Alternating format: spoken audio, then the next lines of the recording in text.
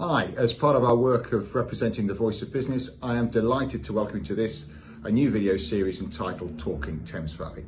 We've invited respected journalist Andrew Peach to have conversations with a selection of our members who represent industries across the wider region and businesses large and small. They're going to share their stories of the challenges and opportunities that they and their clients are facing. And also we're going to be using it as part of our wider campaign to ensure that in an election year that the Thames Valley business community is recognised for its contribution to the wider challenges that the UK faces. Sit back and enjoy. I'm Professor Robert van der Noort and I'm the Vice-chancellor of the University of Reading. What always strikes me about Reading University is how good you are at having profile here in the Thames Valley, but also more broadly. You can barely turn on the radio or television without hearing a Reading University expert on some subject or other. And that doesn't happen by accident. That must be a strategy. Tell us about it. Yes, it is indeed a strategic way of trying to show that here we are as a university here for the common good. And that is all very easily said. And we do brilliant research and all kinds of stuff. But unless we go out and actively engage with the press, the media, but also our local communities to tell those stories, it won't happen. And so we have a system whereby we support our academic colleagues to talk to the media. We help train them up. We support them, and sometimes, there is a little bit of backlash, and we make sure that there is a constructive environment for our academics to go out and tell the stories that we want them to tell. And what underpins that? Is it you want the name of the university out there associated with all the great work that's going on? Why is it important that other people have Reading University in their mind? Well, well, where do we start? I think universities maybe too long have kind of hidden their treasures too much, and we publish in papers that are sometimes behind firewalls, or they are impenetrable in the language we use. And if we want to build a broader public understanding of what universities do, we have to go out. We have to talk to the press, to the media, so that we can tell our story. And it's not about our story. I think it's really important for academics to recognize that their research is often taxpayer funded, and it needs to go back. The information and the understanding and the intelligence they get needs to go back to the people who ultimately pay for it. So it is a wonderful vicious circle. I think we have a group of academics who are really good at it, who really enjoy doing it, and they then start to attract others who say, that looks like a very interesting aspect to the job you're doing. I quite like to have a piece of the action too. So we're growing and growing, and we get more and more confidence amongst academics to speak up. And we never tell them what they have to say, but we think it's really important that they express themselves both in the academic landscape, but also in a more public way. And is part of it about attracting students from the Thames Valley who might be able to live at home while they study, or students from all over the UK, all over the world? Is it about sort of creating a brand that young people then want to be part of? Well, to a degree, Andrew. I mean, I would like to think that, that I think we're doing it because we feel we are a civic university with a civic role. And let's face it, if more and more people get to know Reading University and the brilliant research we're doing here and want to come and study here, that is no bad thing at all. But it really starts from that principle of a civic university that speaks to everybody, not just to a very small audience. And tell me about being part of Reading, because inevitably universities are in a place and your staff all live and work in Reading. Many of your students, probably most of them, don't come from this area. So that's a sort of unusual relationship for an institution to have with the place it's based in. Talk me through that. Okay. I think things are changing. If you go back decades, yes, it's true that virtually all the students came from other parts of the country, but we are starting to see more and more students from Reading, from the Thames Valley, studying here, and maybe starting to commute to the university. And clearly, a cost of living crisis is playing a role in that. But I also think that more students now are thinking about Reading not just as a place to come and study, but also to stay here. So at the moment, about 10% of our students come from Reading, but 25% of our students stay in Reading after graduation. And that is part to do with a town that my students love. Apparently, the nightclubs are brilliant. I wouldn't know.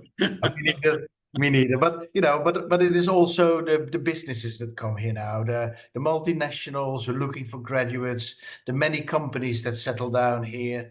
And many of my students, when they graduate, at least their first job is often in and around Reading, based on a placement they've done here, on an internship. And that creates a really dynamic environment that we can only be very proud of.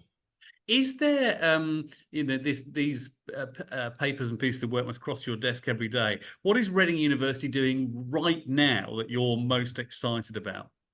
Well, it has to be the partnerships we're building with Shinfield Studios, with the European Centre for Meteorology and Weather Forecast, the British Museum, the Natural History Museum, Kew Royal Botanical Gardens. We are building deliberately those partnerships to help advance the work we're doing. That means creating opportunities for new research in the collections of those museums, to collaborate with the climate scientists for the European Centre, to create opportunities for my students to get engaged in the film industry, which is really quite advanced, computer science-wise, but in many different ways. So, and I think, in 10, 20 years, people will look back at this period and seeing how Reading is really put on the map, not necessarily by just what we're doing, but how we're building partnerships with really big name institutions who work with us together. It's so interesting you said that a lot of students come to Reading to study and then stay here. Tell me about partnerships with businesses around here, because there are a huge number of businesses, big and small. The Thames Valley Chamber of Commerce exists to connect all of that. How do you fit into that? Well, we do recognize that the Thames Valley, in the broader sense, is a high-tech work environment, and that does need graduates to work. And it is not just in the tech and the data industry, but also in pharmaceuticals, also in the creative industries. We're looking, all these industries that are working here are looking for graduates to work with, and therefore it makes a lot of sense for us, not just to support our students whilst they're studying with us, but also to help them on that first step into the world of work. And one of the reasons I work very closely with the Thames Valley Chamber of Commerce and the Thames Valley Assembly is that I really want the university to be seen to be well connected with these businesses, creating opportunities for students for the first work experience they're going to get, maybe still at university with many of those businesses, but then also creating that pathway towards their first place of employment. Do you feel that government is on your side running a university? Obviously, we're in a period coming up to a UK election where things may change in terms of personnel or policy, in terms of who's running all aspects of life in the UK. I'm just interested to ask what you'd like to put in the minds of the politicians who would like to be in charge. Well, I would like to remind them that that a flourishing economy with high productivity does need skilled and trained developers. The idea somehow that we are a theoretical university that doesn't teach technical skills is just something just so out of date. All our students come out with huge advanced technical skills alongside often the concepts and the theoretical frameworks that they need to develop their career in the long term. We were talking about Shinfield Studios, for example. Our students in film and television get to understand how to operate a camera, how to do the lighting, how to do the audio side, but they also get that broader sense of what makes a successful film studio and complex. So we maybe we're training maybe the producers of the future rather than the actors. And I would like government to just recognize that central role that skills have in creating a productive economy. And I know that is one of the big challenges. Now, as a university, I would like to think that because of the connections we're having, and indeed attracting big businesses to the Thames Valley, we do more than what is normally would ask for an educational institution. But I would love the politicians and the government to fully recognize that, and to recognize that we are all on the same side. We want a prosperous Thames Valley, where my students or my graduates can have a great future. And if we can work together on that, rather than as it sometimes feel against one another, we all going to benefit. What gets you out of bed in the morning, Robert? Why do you love the job that you have? There is never a boring day in my office. There's never a day that runs exactly the way I expect it to. And that is to do with working with lots of colleagues and with students who are full of enthusiasm and energy and ideas. I can't go anywhere and I don't hear something new, an initiative, a development, a piece of research that I've never thought about, but my colleagues have. And that same energy and enthusiasm for discovering new things, that is infectious, and that affects my students, that affects me. And like I said, if I get up in the morning and I know exactly what's going to happen that day, I probably would have less enthusiasm than I have now. When we get to that day, we're all done, aren't we? It's time to move on to something else at that point. It's lovely chatting, Robert. Thank you very much indeed. Thank you. All right, you're very welcome.